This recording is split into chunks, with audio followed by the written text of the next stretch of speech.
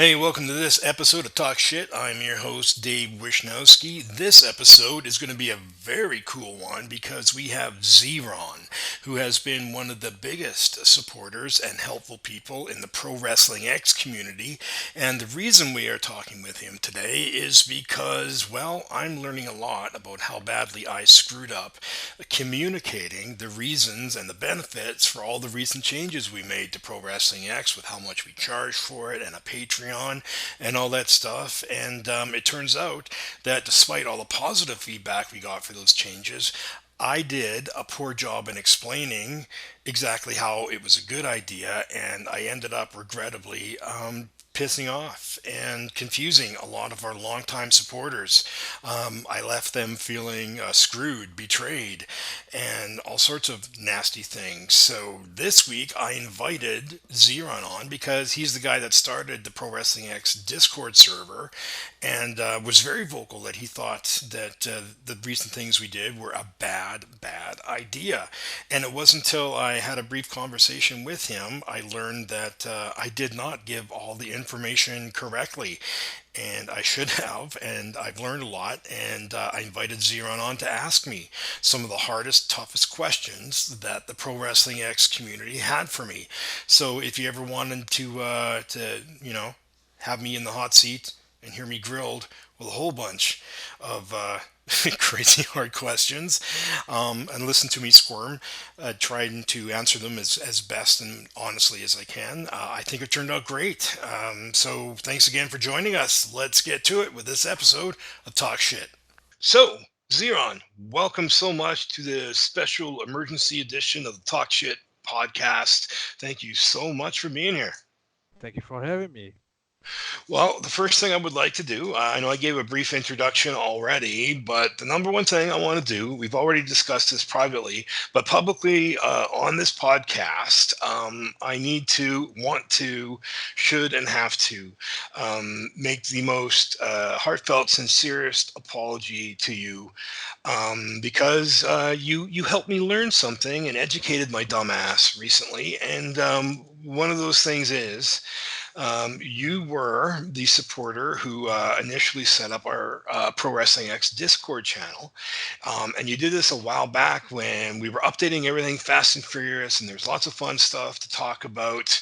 And it was probably a good thing to maybe be community manager over there on the Discord channel. And then when we hit some tough times not updating so much, where it became really regrettably unfair, is that all of a sudden, the Pro Wrestling X developers like me disappear from Discord because we've got nothing to share or show.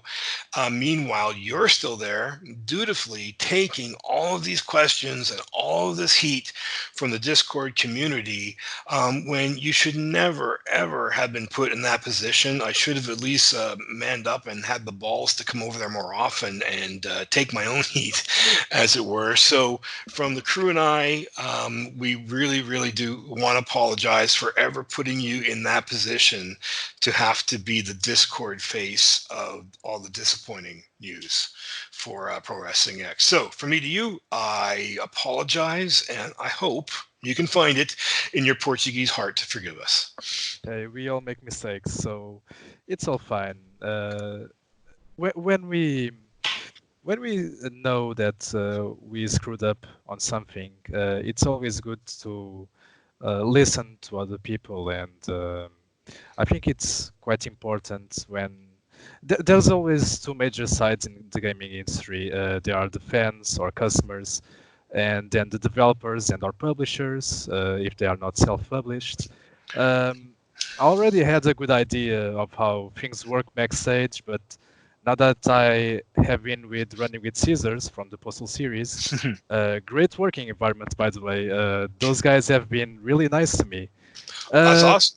yeah, since I joined them, those guys have been perfect, very nice, and so I can really see the struggles that people don't usually see. Um, when people are like, "Yeah, I want this feature and I want it right now. I paid for the game, so now you have to bow to me." Well, and It's that, always it's always hard to deal with stuff like that professionally sometimes. Saying stuff such as, "Oh, we apologize, but the feature can't be implemented because of this and that." But of course, we always need to see the customer side of things, and yeah. they are the ones who are paying for the games. And even though we can't always please them, we should always make them as happy as possible. Absolutely. I mean, and then the thing that is obviously near the top of the list is the clear communication with your community, right? And that's where I think, and correct me if I'm wrong, I definitely want to hear about everything, the Discord community and yourself thinks we did wrong, because then we can fix it. Um, I was it wasn't so much that I didn't communicate all the stuff we were doing. I did communicate, the Patreon and the price drop on Steam and that kind of stuff. But I feel where I really screwed up was explaining why. Because no, I don't want to, put words in your mouth. But in hindsight, now looking at it, I think it would be very, very reasonable to think that maybe some of our original supporters felt that we were abandoning them or screwing them over, and I'm just mortified to think that that's how badly I communicated. But I think you might honestly say, yeah, Dave, I think you did badly not communicate the reasoning for everything. Is that a fair Yes. statement? About the Patreon thing, as longtime fans, we had no problem getting the game for $10 back in 2014. That's 6 years ago. Many fans just wanted to support the game and see it grow. We didn't really care if it was just a ring with two guys repeatedly suppressing each other over and over again. We were just happy with things we had because we are backing a great promise. Nowadays, here's the issue. There's always this whole two-side thing. Some people are overly entitled and make the most immature demands you can possibly imagine, such as full VR support, every single language in the world. But sadly, sorry about my dogs. That's okay. That's character. Keep talking. It's all good. Sorry about my dogs. Uh, but sadly, most people are right to complain about a lot of stuff. To be fair, uh, we haven't seen a proper update in a long time. And then there's the Patreon thing. We have to talk about the Patreon thing. Mhm. So that's when things start to get a bit complicated. Because nowadays, though, any person can just pay $1 on Patreon and suddenly be considered a hero. Now, Yeah. me and the other longtime fans, we don't really consider ourselves as heroes, but why is some guy with extra change in his pocket considered a hero and earned the right to test features before they are delivered to us strictly Steam users who have been supporting the game for so long? That's my question. Well, yeah, and that's an absolutely fair question. And thank you for, even giving me a damn chance to respond to it. And this is a perfect example of where I can be clueless. Um, the word hero, that I could see where that rubs everyone a little weird, right? Because you're right. You've got all these old original fans who supported us when they bought Uprising, when they paid for the early access on Steam, even Kickstarters, and even the old pre-orders from back in the Stone Age. Those people are heroes because they took a big gamble on something that did not exist. So along comes Dave saying, "Hey, Patrons, give us a buck, and you're heroes too." I could see where there's a little bit of like, wait a minute, man. I mean, I know it's not necessarily about the money or even the wording of hero. You know what I mean? Yes, yes. And I could see where that did not take into account how everything that the original supporters have done for us, as opposed to someone giving us $1 on Patreon, right? So my wording there, I probably not probably I could have paid more attention to that, because honestly, until you told me that right now was the first time I ever looked back on my Patreon while we're recording this and went, holy shit, I did use the words hero. I should have maybe thought that through a bit more. It's one thing to be a supporter and thank them for helping and all that kind of stuff. But yeah, I could see where using that term for $1 Patreon could really feel like we were devaluing the the insane support we got from the early supporters, right? Right. So that's something I need to be a little bit more cognizant of. Absolutely. And of course, the other thing too that you mentioned that kind of slid by, um, the idea that give us $1 on Patreon and you suddenly get access to all of the build and everything on Steam, right? And what I never made clear, and I see that now, is I never made clear that $1 on Patreon isn't getting anybody access to the last public release on Steam, right? Right. Right. I never made it. You actually have to already have supported the game on Steam to even get access to the $1 Patreon updates, you know? So I never communicated that at all. It wasn't that I badly communicated it. I'm looking back going that I didn't tell anybody that's the way it worked, right? Right. Yeah, we are distributing these Patreon builds using Steam. So you actually have to have got our game on Steam so you can even get access to the Patreon builds, right? So I need to absolutely better clear up that communication because that was probably really insulting Uh, from a customer's point of view, right? I wouldn't really call it insulting, or we are not really that angry about it. It's just that we are like, what the hell, man? Yeah. We talked the other day, and I did mention, yeah, it's not as bad considering the fact that they still need to own the game on Steam. But then it dawned on me, the game is also just $1 on Steam, so they really just need to pay $2 to get everything we have, plus a lot more. Yes. That's where the things kind of got a little bit distressing. Yeah. I mean, It was. distressing is a really strong word to describe it.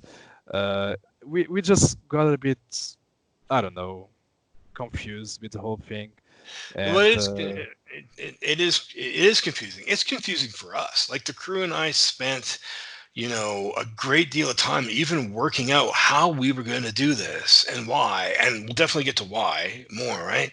But we almost had two separate issues at hand.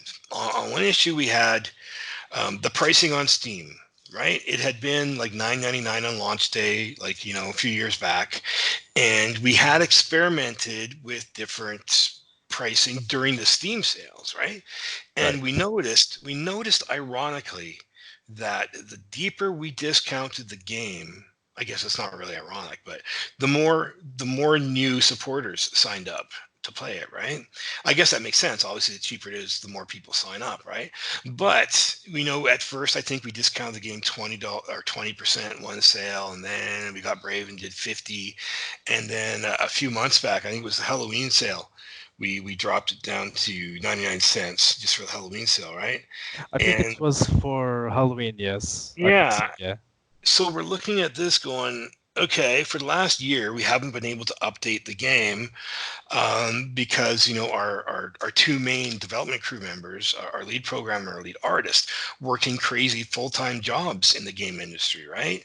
Indeed, So yes. it became really hard for them to dedicate any deliberate time, and if we could start raising some revenue, like not a lot, we're not trying to make $1 million to, do it all at once. But we thought, man, if we can even raise enough money per month that our developers can sit down for just a couple hours on the weekend, we can start pumping out regular monthly updates again, right? And Yes. Steam itself has become, well, there's lots of reasons. A, we haven't updated the game in a while, but also when we first launched the game on Steam in early access, it was really, really hard to get your game on Steam. You had to do the whole green light process. It took us like 6, 8 Oh, the months, I old think. green light process. Yeah, yeah. Like it took us 6 to 8 months to even get allowed to put our game on Steam, right? That And when you system was so flawed back then.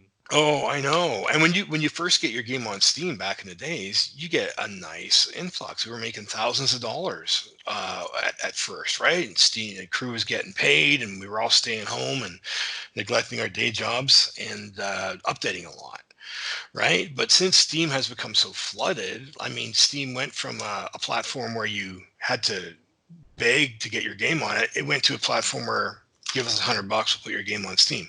Got really hard to get any attention just because you were on Steam, right? So the retail sales slowly declined as a result of that, and as a result of not updating the game in forever, right?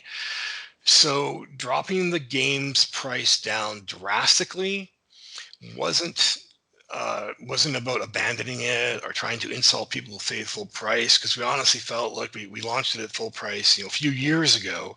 Nobody complained when we dropped the price drastically during the sales, so we're thinking hopefully they won't feel too insulted if we drop the price to 99 cents for the foreseeable future. And again, we can circle back on that, but it's not intended to stay at 99 cents, right? we Yes, want to yes. we want to get out of early access and start charging what it's worth, and make it a better game, right? So That's one that of was the things that really changes stuff. That we thought, okay, now it's going to be $1 forever, and it's going to be just one of those small-time indie games, just like the others. That's what we thought yeah. when we saw these changes. Uh, that's one of the things that could have been displayed in the Patreon. Not really the Patreon, but at least in the announcements, that it was just going to be just a temporary measure Yeah. until things get back on track. Well, Uh, you did yeah. tell me the other day you weren't making enough money with the old pricing, and Mhm. I don't have access to the numbers, but I obviously believe in you. Eh? But still, this whole thing could have been managed in a total different manner. Considering the uncomplicated situation of Mr. Wrestling 5, I'm more concerned about Robert, who has been doing so much for the game and hasn't got much of a backup plan financially, at least that I know of. No. In So fact, I want you to confirm in this podcast that Robert is being paid most, if not all, of the Patreon revenue at the moment. well, we have a kind of revenue sharing thing right now, the way it works out, and that's another one of the reasons we talked about making this drastic change, because we were like, if we can just put our lead programmer Robert, who by the way goes by the extremely sexy name Burning Devil on social media, if we could just get him to be able to carve out a few hours, let's give him all the money we can raise, right? Like let's throw it all at him, and get him to do it. He However, deserves. He deserves no, it. well, he deserves it, because you know what? He is probably one of the most financially screwed Pro Wrestling X crew members we've ever had because of the timing. He actually didn't join the crew until after we had launched on early access. So he missed the earlier Kickstarter where we raised like 20 grand. He didn't get any of that money.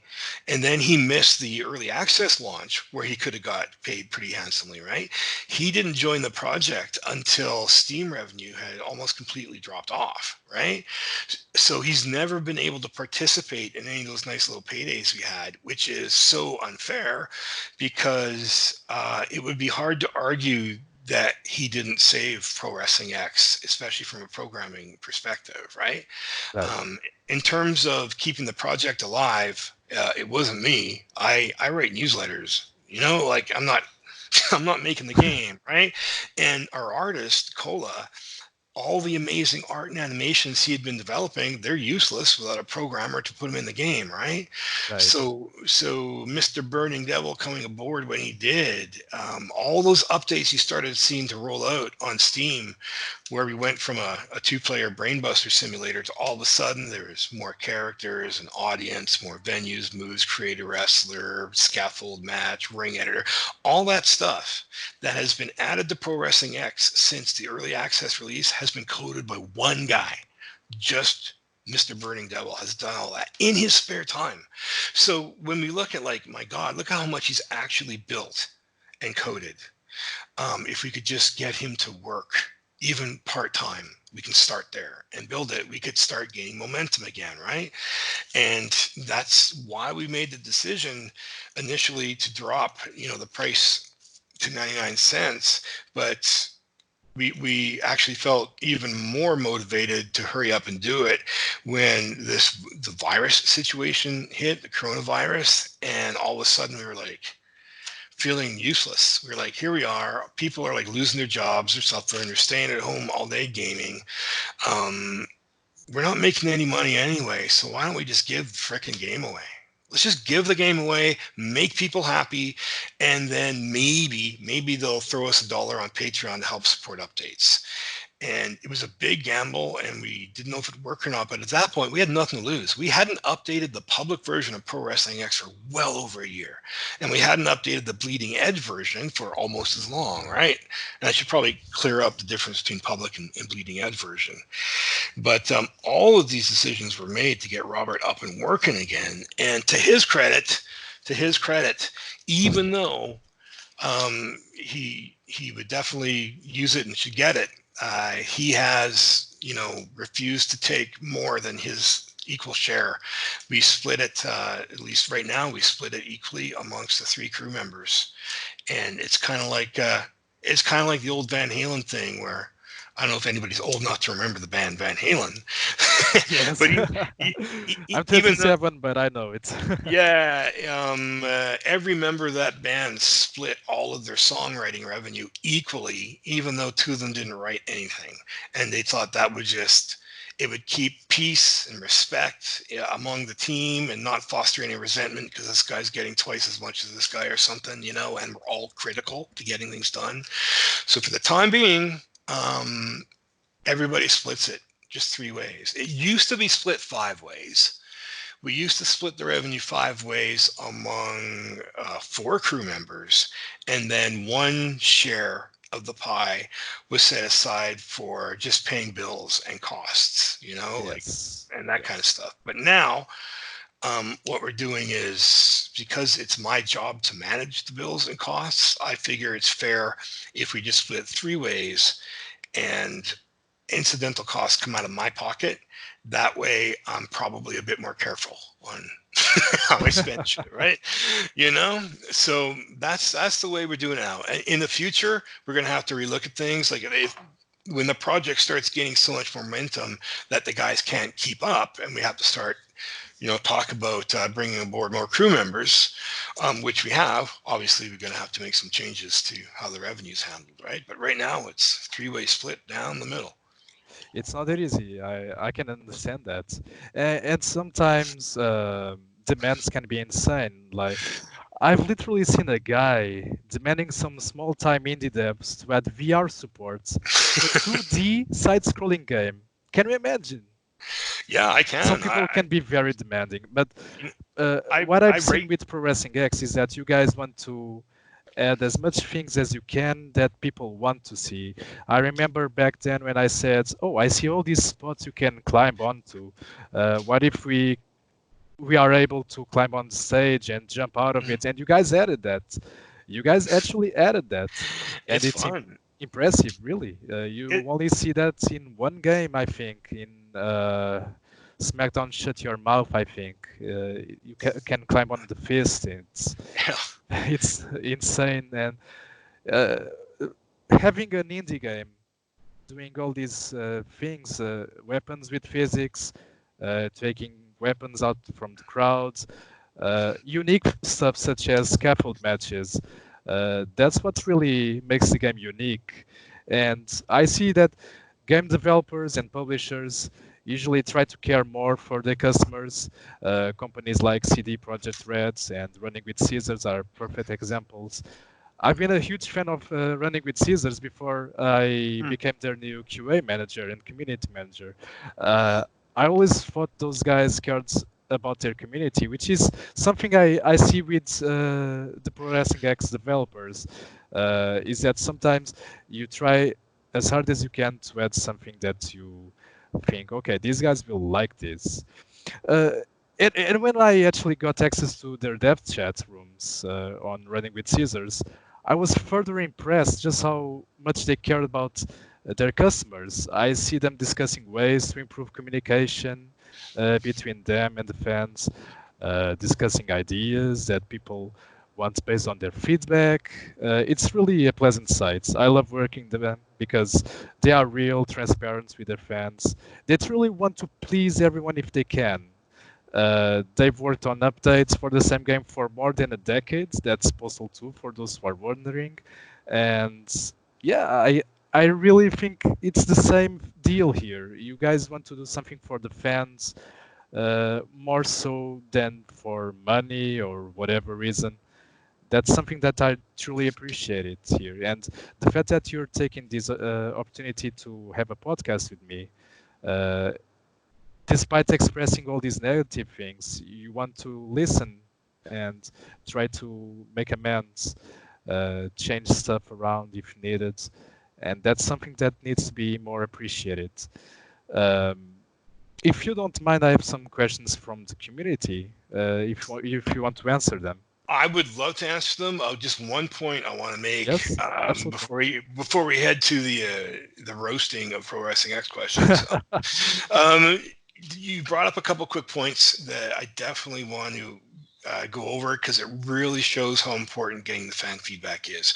One, yeah, you're right, man. Engaging with the community and supporters and just answering questions on social media is no brainer. The best thing a developer can do is just constantly engage with the people who are supporting you, right? And now, because I'm a human being and some days I feel like a scared little bitch because I promised an update and it's a week late.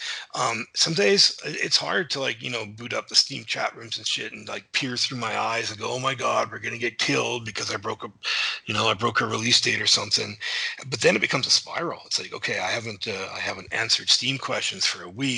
It's going on 2 weeks. Well, now it would be kind of awkward to show up after 2 weeks and do it like nothing happened. And then it becomes a Right. month, and you're like, now it's a month. Now I'm super embarrassed, and it becomes a spiral, man. Like, so, keeping on it as daily as possible is not only the smart thing to do, it just makes the most sense. And I spend about anywhere from, well, especially since the Patreon and everything, about an hour to 3 hours every morning just working on questions and answering stuff and relaying messages to the crew and everything. But one of the messages relaying to the crew, and again, this speaks to your point about fan feedback, we are so close to the project and adding cool little ideas that we want to, just personally indulge in over time, that sometimes we forget we have added something unique to Pro Wrestling X. We don't even know, because we don't play every wrestling game out there, in great depth. We have our favorites, but we don't do everything.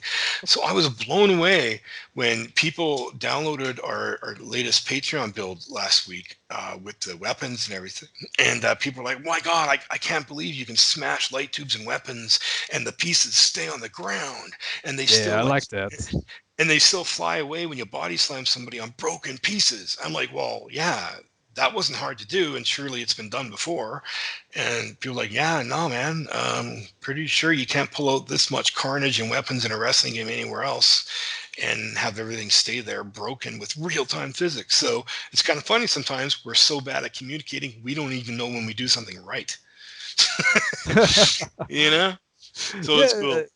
a lot of stuff has been from wrestling games perspectives. I've seen some features from Matt Dickey that you really don't see in the WWE 2K games or even the old school WWE games at all. Like Oh, yeah. Matt Dickey has added so much stuff in his wrestling games, gore, death, Oh, man. everything. You could Uh, dismember people. Yeah, dismemberment.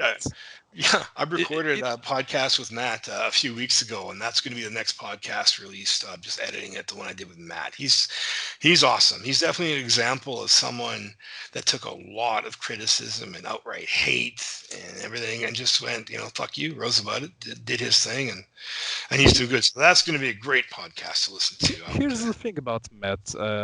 This guy is the ruler of his own empire, and unfortunately, a lot of people give him a hard time. I know that because one day I was one of those people. I've been following Matt Dickey since 2007, I think, and I pretty much own every game he released on PC. When he made the transition to mobile gaming, I was a bit wrecked because the mobile market was always black sheep of the whole gaming industry. Yeah. Uh, uh, mobile market was always that complicated. industry that everybody hated at that point, and some people still do. I actually told him one day that the transition was going to be beneficial for him at all. I told him it was a mistake and he should go back to his roots, and he actually proved me wrong just by presenting me the number of downloads he had for his apps. It was a massive revolution. Yeah. And I told him, you know what? You're right. Well, This was the best thing you could have done. He that's reached probably such an impressive number. yeah. The mobile market was a sure shot for him. So yeah, the same way I was wrong about his decision, I hope I'm just as wrong about this Patreon decision, I because I hope can you be are wrong too. sometimes. And even though have a lot of knowledge in the gaming industry, I know stuff can't be easy sometimes, and I can be wrong about stuff. Well, And I that's where we fall into the same kind of pattern. Like I was like that before I got into the game development. I was infamously on forums talking shit about Sanders Keel and other wrestling game companies for being lazy and stupid and greedy. You know, you don't know until you do it. And that's probably one of the best coping, people say, how can you possibly take some of the hate that you get online? And honestly, you got to remind yourself that people don't know what it's like to develop a wrestling game until they've done it. And we don't get any hate from people who have actually made a wrestling game. You know what I mean? They get it. But even like it's become so specialized that even other genres of game development don't carry over. You can be an amazing first person shooter developer. It might give you a 1% head start making a wrestling game. Wrestling games are so specific that I don't blame people for not knowing exactly why it's taking us That's how just long it so many is. mechanics that you need to Yeah, take into consideration. A yeah. wrestling game is so much more complicated, and I'm not even a developer. And I know how hard a wrestling game can be Well, to and develop. and the proof is how many are there? You know what I mean? Like, Yes, you, yes, you know, actually released decent wrestling games other than the 2K series, which arguable, is what it is. But I mean, it sucks. other than that, and other than the indies who've been here for the last 10 years, like Pro Wrestling X and Matt Dickey and Dave Horn's Chikara Action Arcade, there haven't been. Where are the 20 to 50 new indie wrestling games that should be on the market now that it's so much easier to get a good game engine and art package and stuff? Where are they? They don't exist because they're really fucking hard to make. Exactly. So when you see that AEW might be making a game with Aki, that's awesome. There's a Virtual Basement, another developer, announced the game, and people ask, "Are you worried? Does that stress you out?" And no, and not because we're cocky or arrogant. It's like we know there's room for everybody. No one is going to make a game like we want to make with Pro Wrestling X. So we're cool. It's kind of like uh, if you're a musician, like was Metallica worried that there was going to be Megadeth and Slayer? Absolutely not. No. It might look similar to people on the outside, but for fans of the genre, like fans of wrestling games, all wrestling games are so vastly different experiences that there is room for everybody. And like I made a snarky post the other day on social media. Everybody thinks it's easy, and whenever there's a new wrestling game announced, they always say, "Oh, we love No Mercy. It's going to be like No Mercy," and and that's what we're going to do. And WWE sucks, and they've got some beautiful art. They might have some 3D character models, but they never. And prove me wrong, but they never show gameplay when a brand new wrestling game project is announced, and that's That's because they sadly don't true. have it. Yes. They don't have it. If they had gameplay, they would show it, and when they do, great. I mean, that's why I'm really, really a big fan of the team behind the Retromania games because they're always showing progress of how things are going in game. Yes, So indeed. it's awesome. So I've got some time for some questions. That's Let me great. let me have it, Zero. What do you got? All right, Suck. so Randall Cable asks, my question to him is, what was the hardest thing to happen from the recent Pro Wrestling X game? So by recent Pro Wrestling X game, he's talking about the 2014 up to today Steam version, I think. Hardest thing that happened. Well, in terms of wow, this is actually, well, already the first question is really hard. I mean, Hard modes for the fans. I'll tell you what. I'll give you two or three things, and then we can decide how important they are. But one of the hardest ones was that last public update, that public release on Steam. We'd added so much that that engine started to get really bogged down. Frame rates were really chugging. We were starting to get bad reviews just because frame rates sucked and people could barely play the game. The So Unity 4, correct? yeah, so we had to make the decision to port over to new engine, which is not a hard decision to make. You have to do it, but it's always a big question mark. You never know how long it's going to take. And of course, we've learned recently that you don't just copy and paste your old Unity project into a new engine. Nope. Our programmer has had to rewrite the code from the ground up, which sounds like a facepalm. Oh my God, really? Yeah, it's a lot of work, but man, if you've played that Patreon build, I'm getting reports of frame rates 160. Like it's been worth it. So that was a smart Right. decision. Well, hard decision to make, but smart. And of course, the hardest thing since then is it's really personally discouraging when our lead programmer shortly after that picked up a full-time day job that ended up being almost a double full-time game development job, as you know the industry is. And our lead artist, he works his ass off at another AAA developer, so he's super busy. So everything slowed down, which was really disheartening because we had so much update progress when Robert, Mr. Burning Devil, joined the project for the first few months, right? So Yes. that was pretty hard. I would say, just on a personal note, the hardest thing for me was we lost one of our crew members unexpectedly, and it got really.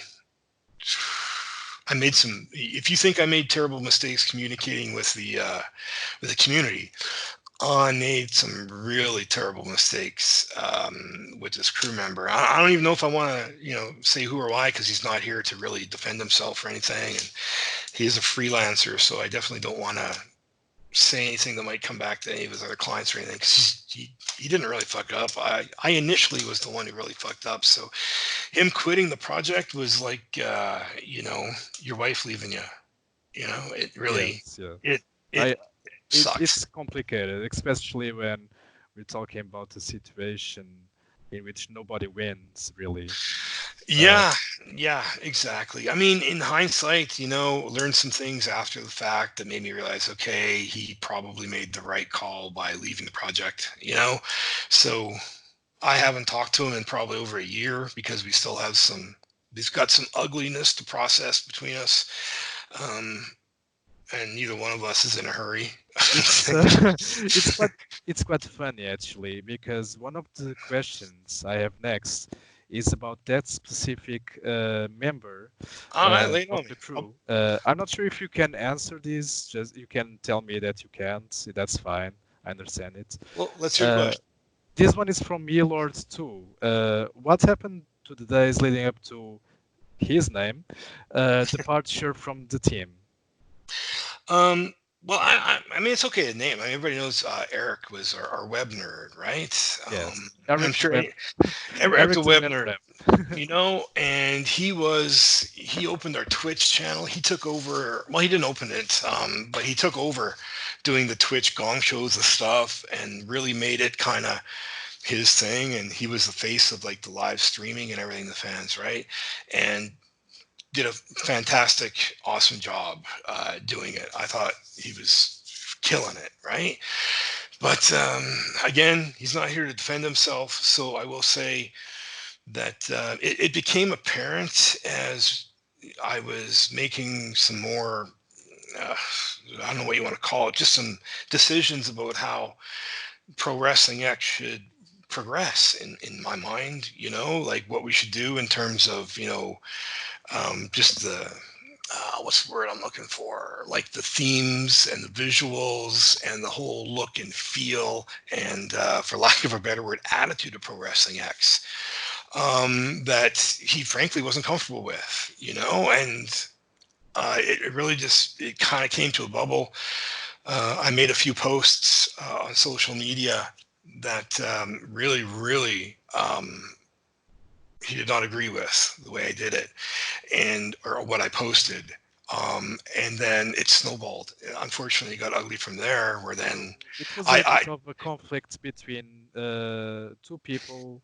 It wasn't really a power struggle, but it was a conflict of interests, correct? it became almost a conflict of principles. Not that one of us is more principled than the other, but for example, in my principles with Pro Wrestling X, um, I feel, showing the more mature rated hardcore stuff, dropping an F bomb here and there. I'm not only fine with that, I like it. I'm a grown up who likes, entertainment that's like Game of Thrones, Sons of Anarchy, Deadpool, that kind of Mature stuff, right? stuff, yes. Well, and that's where, again, without speaking for Eric, that became kind of like the catalyst. To me, it was just mature rated content, and to him, I think he would agree. I think he might have even said it on his last Twitch stream. To him, it was immature. We didn't need to do it. He was of the group of people who thought that we were maybe lowering ourselves to some Jerry Springer kind of level by making the kind of social media posts we have. And then um, it snowballed a bit more. I made some posts where he really questioned whether or not what I was posting was legal. So, Yikes. yeah. So, I got a lawyer to go through everything with his expert legal opinion on what I was doing on social media. And it basically came down to, um, while technically, yes, what I'm doing is illegal, so is spitting on the sidewalk, but nobody takes it seriously enough to sue somebody or lose their career over it, right? So it Right. became like a really gray area, and I was.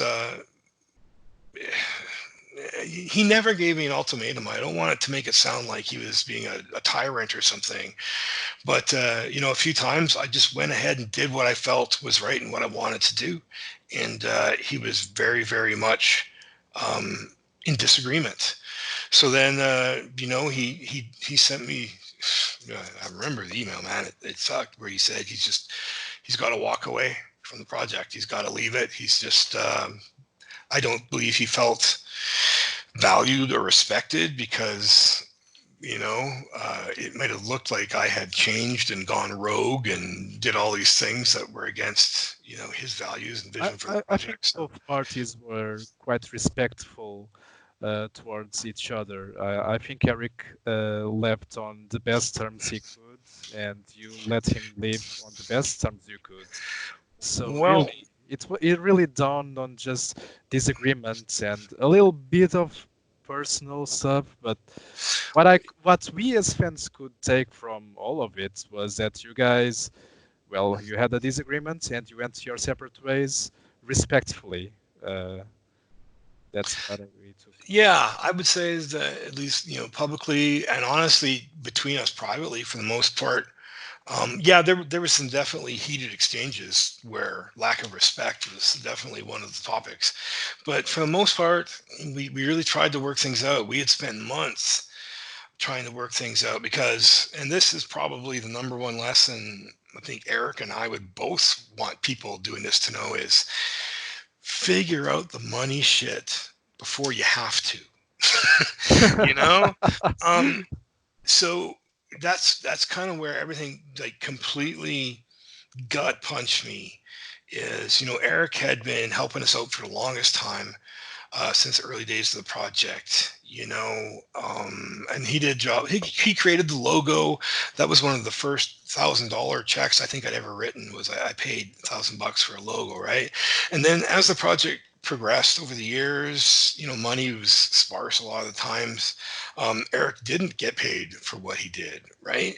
Um, and always under the kind of mutual assumption that when the money started rolling in one day, we'd take care of all that, but what we never ever discussed up front, uh, and again, he's not here, maybe we did and I just don't know this, We never ever discussed what would happen if he just flat out quit before we got anywhere. And Yep. when he quit, we were, it was probably our lowest, month of revenue on Steam to date. I don't think we even earned the minimum payout on Steam that month, right? So, you know, here I was going, he left, we're not making any money. So discussing how much of a share someone should get from future revenue a game that they walked away from, I got really, really hurt by that, and we should have worked it out. We should have worked out what happens if you quit, and at what point, and we never did. So what started out as already a pretty ugly situation with really different opinions on how, who, and why we should do promotion and content for Pro Wrestling X and what kind of game we want it to be, really spiraled into really big, and I'm sorry, it's a tale as old as time, really big fucking disagreement about money. Yep. And I don't mind saying it publicly. I owe Eric money. We disagree about how much, and maybe I've said too much already, but um, what the fuck? You asked, right? So honestly, I don't even remember where our talks broke down. I think he gave a proposal on what he thought was fair, and I thought it wasn't fair, and we haven't spoken in about a year about it. So I still owe him money. Um, Well, and with we but as without fans have been expecting some sort of return yeah, of Eric, well, or yes, at least the streams or something. We really like those, and we kind of missed him. right. And He he did it's a great. complicated. He It's really found his groove doing those, because for about a year or so, like previous, he was feeling really like he wasn't contributing because we were working so much on the core game and those assets, right? Eric being our web guy, there wasn't really anything for him to do on the web side of things, and stuff like that. So when he found the doing the broadcast work for him, I thought he really found his calling doing those things. Really did. yeah, Yeah. Which I'm going to start up again soon. Now that we're done, some other major milestones. Next step is back on Twitch and Discord and previewing some of these awesome builds for everybody that are rolling out again. great. All right. Here's another question from Fire Honor. Question for Dave. In the future, uh, could back grapples and strong strikes be assigned as scaffold finishers? Yes, Nice. we're already working on that. What we want to do is add the animations using physics so that if you get a strong strike and you're knocked backwards, you can kind of see it in our kind of Hell in the Cell match, where if you're knocked backwards toward the edge of the cell, you will do a kind of like, whoopsie daisy, kind of tilt backwards a little bit and flail your arms, right? If you're not beat down enough. So we want to add that kind of mechanic to scaffold, where you push somebody back and they might lose their balance a bit and not fall off. And then we want to add it so that when they are hurt enough to fall off, they'll fall but still grab the edge of the scaffold Oh, and that's nice. give Yeah, yourself one the more time. scaffold match really needs some work because at the moment the AI can't win at all. It's honestly a completely ridiculous match type. Like even when we were building it, we were like, this looks amazing. But when scaffold matches in real life are as boring as shit, how the hell are we going to make it fun in a wrestling game, right? So for better for worse, our lead programmer, Mr. Burning Devil, just took it upon himself to make it really hard. So it's rewarding. Like you have to get your opponent in a dangerous state while you're in a special and still pull off a strong grapple towards the edge to throw a guy off, right? So that's kind of fun. Like I don't want to have a scaffold match where you can win it in like 10 seconds just by doing a drop kick for your first move, right? So we got to work that out because it looks amazing, that scaffold. So we got to find more ways to use it. All right, so another question from Milord2 for Dave. Um, why aren't you putting more focus on the game You have been hyping it forever, and all of a sudden just go radio silent about it. Yeah, that's a fair question. I think it's because one of the other things I don't communicate well is my role in the project. Um, I'm the guy that started Wrestling Gamers United and Pro Wrestling X and put the company together and raised the money to hire people, and I'm on social media a lot. But I actually am very, very stupid when it comes to having any program skills or art skills. I literally cannot contribute to the development of Pro Wrestling X personally. I think I think my only real contribution is sometimes I have a couple beers and make some stupid signs in Photoshop to add to the game, right?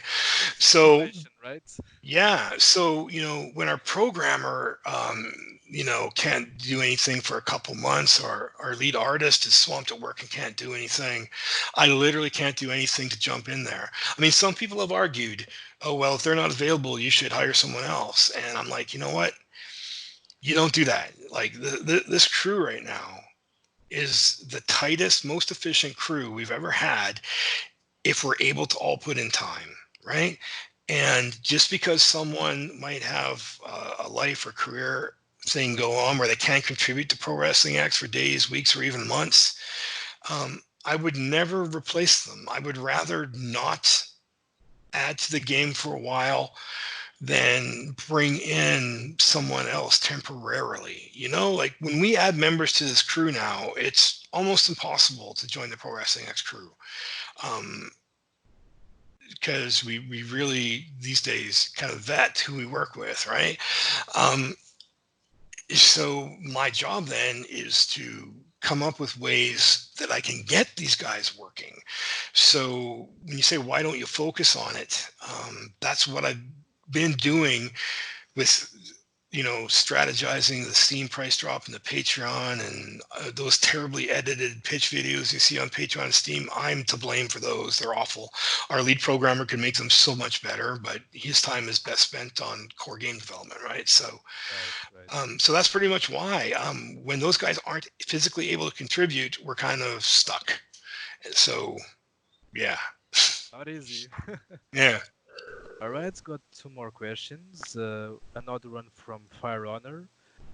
In Hell in a Cell, for legal reasons, he's referring to the Chambers of Hell match in Pro Wrestling X.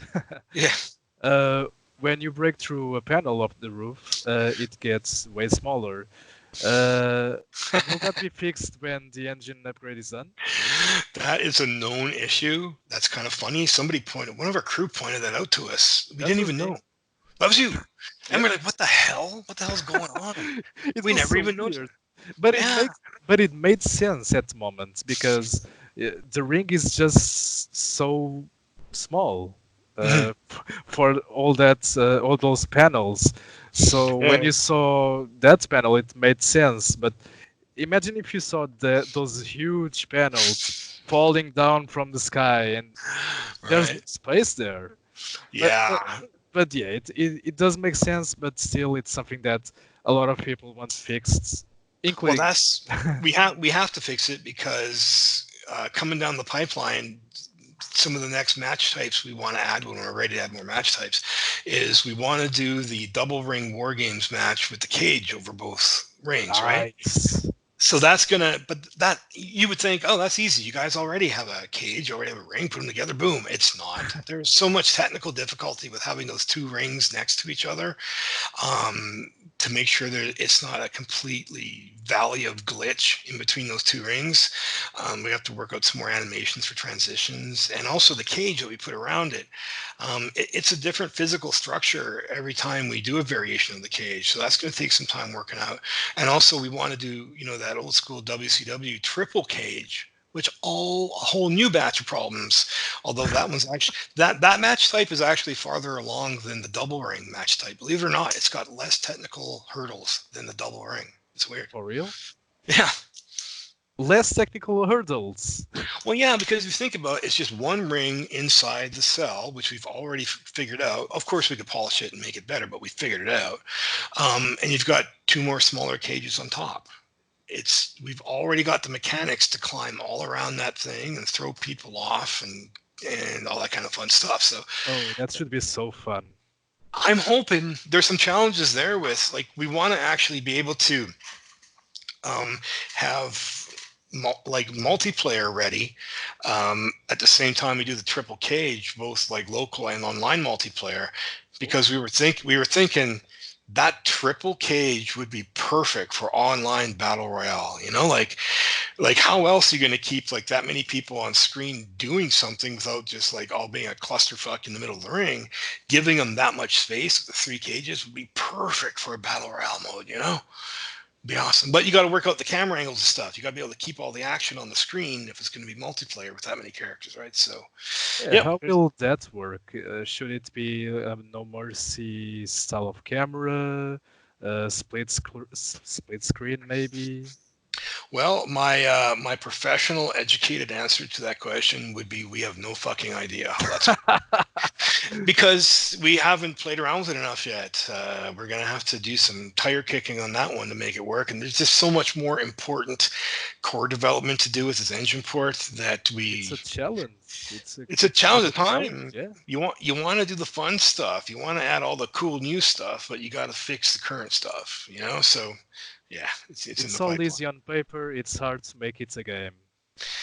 It is. I think honestly, the most amount of art and animation spent anytime we've made a new iteration of Pro Wrestling X is always on literally the core game loop of two people in a ring walking around facing each other, climbing in and out, reacting to strikes, grappling, doing a body slam, and standing back up. That's probably like 30% of the animation in the game right now. It's just the basics to make everything work and smooth. That's insane. So, Yeah. I left the hardest question for last. All right. This one is from Random Cable again, That and he's fucking guy. asking, "What is the biggest regret with Pro Wrestling X?" My biggest regret is, I mean, it changes from day to day, but I would say my biggest regret is not having the hard discussions with crew members when I should have.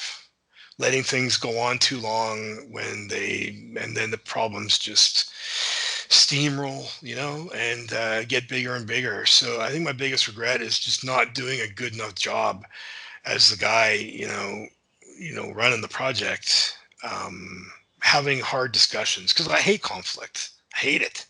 So I'll avoid it by just Absolutely. hoping everything is fine. Well, we're all smart people. We know when things are not fine. So Pro Wrestling X would have gotten done. It would have been way farther along if I had put more focus on the right people and had harder discussions quicker with maybe the wrong people, you know? So, yeah, but I mean, I learned. It's not so much a regret because I learned. If I have any just flat out regret that I can't do anything about, it's that I wish I had taken bigger risks sooner and more often. Like this business kind of model change, Patreon and the Steam pricing, I should have done that a year ago. I could have, so for better or for worse, this whole coronavirus situation kind of forced our hand. We're like, man, if we're gonna like drop the price and do all this stuff now's the time to do it when people are struggling and wouldn't mind having something to do for $1, so I wish I'd done it sooner. Honestly, as a little kind of add-on to your question, I don't regret any of the decisions I made or the things I've done. I don't regret a single social media. Some of them might be cringe, but I don't regret them. I regret the things I was too chicken shit to do that I should have done. Should have done. Understood. Yeah. All right, so that's all the communication questions. Well, well, thank you. Now I'm going to turn the table on you for the last Yes. little bit. Um, New segment of this podcast I'm working on called 10 Kinds of Awesome because when anyone asks me how I'm doing, I usually say I'm awesome or 10 kinds of awesome. So I am going to tell you, Mr. Zeron, awesome things about you that people might not know because you are fucking awesome. Awesome Um, things. I don't know if I got 10 here because I wasn't as prepared for this as I should have been. But so 10 awesome things from you. First of all, you were one of the earliest, most respectful and helpful community members we've had. We've had lots of awesome community members, Ah, but thank you. but, but you consistently would submit ideas to us, like well thought out stuff. It wasn't just like you should put Hulk Hogan in the game. You would have like you had ideas for like game mechanics and how match types might work, and that's the kind of stuff that we go, oh yeah, we never thought of that, and then we would make it happen, right? So thank you for your awesome feedback. The next thing is thank you for letting us turn your awesome feedback into all the help you did with the crew running like the bug testing team back when we were updating regularly, right? You were there every day testing these internal development builds and whatnot, helping us make them better. So thank you for that. I, Also, I'm sorry for interrupting. I gotta be honest. It's just stuff that I love to do, really. I liked helping out, yeah, and that's why that's we all pretty do much what this. I'm doing with scissors at the moment. Well, I can help. we all love doing this. Nobody's getting rich or doing it for the money, man. Which actually runs me into my next thing. Something awesome about you is you are not one of these self-entitled little pricks who says, "Hey, I just went to game design school and made an Unreal mod, and I'll be your programmer for $100,000 a year because that's what my mommy says you should pay me." Right? Um, you you have interned, and you already brought it up, so I'm not breaking any NDAs on you, but you're interning over at Running with Scissors and that development team. And you're not just like doing QA, they've got you like running a QA team because you are so fucking helpful, right? Right. Thank you. Yeah. Awesome. Another awesome thing you did was thank you for taking the initiative and opening our Discord channel back in the day. You didn't have to do that. That's a lot of work. That's an undertaking. And then to turn around and get screwed by us for almost abandoning it and leaving you there holding the bag. That was awesome of you to do. So thank you for that. Another thing, everybody who's thinking of working with you in the future, other developers that are reading this need to know you have had unprecedented access to a lot of our internal development builds and screenshots and match types and art we've been working on, and never once, even when you might have been disagreeing with us and not too happy, you never once broke confidence or shared anything. So being a trustworthy dude in the game industry is not easy. So that's definitely awesome about you. Thank you for that. The next awesome thing is people need to know how freaking creative you are. I can't wait until we have enough assets that we can start putting in some of the characters and stuff that you have proposed to us, like Headshot and Lenore Noir and stuff. You got some really cool Oh, ideas for characters nice. that would really fit in the game, and you don't have to do that. Again, so many people out there would be like, I'm not going to share my ideas, they'll rip me off and steal them. No one's going to steal your shit, man. You got to Oh, trust me, hey, right? feel free to steal my ideas if you want, but hell, having some of my creations in a video game, that's awesome. Right. Steal my ideas if you need. Well, that's just some of the stuff I wanted to thank you for being awesome that people need to know about. So thank you for that. Giving you a Thank you. golf clap over This here. The that's awesome, last, really. good, man. The last thing I want to invite you to add to is over the course of these podcasts, everybody has like a credits list, a thank you list of people they want to thank, but not for a long time, since I think the early days of one of the first Metallica albums, did someone include a fuck you list where they list people or companies or things that are assholes or screwed them Yeah. or they're not happy with. So I would like to ask you, as we build out our fuck you list, is there any person or individual or group or company that you would like to add to our official fuck you list? Okay. The whole Chinese government, Guess we're never selling the game and to Corey China. Ledesma from THQ back in the days. Oh, Boom! There we really? go. That is interesting because Sanders Keel tells me he's actually a pretty decent guy. So, Oh, that yeah. sucks. I mean, I don't know the specifics, but I've heard a lot of stuff. A Well, that's the lot of stuff. problem. That brings us full circle, man. Communication, miscommunication can take something good and steer it off the rails pretty damn easily if you're not paying attention. So, on that note, that's a perfect wrap up. Thank you for taking the time to throw some questions at me from the community. I hope I gave at least half-assed decent answers. Let's do this again. This is cool. This Absolutely. is fun.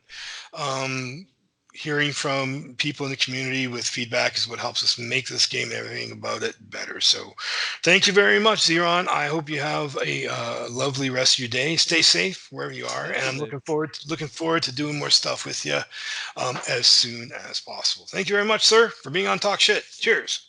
Cheers. Wow, that was very, very helpful. Thank you so much, Zeron, for agreeing to come on the podcast and ask me those hard questions. I hope I did a decent job of answering them. I hope I have done a better job at being clear about why we do what we do and how everything we do is for the benefit of making this game bigger, better, and faster and avoid some of the lulls we had recently. So, on that note, in the meantime and in between time, that's it for this edition of Talk Shit. We'll talk again soon. Cheers.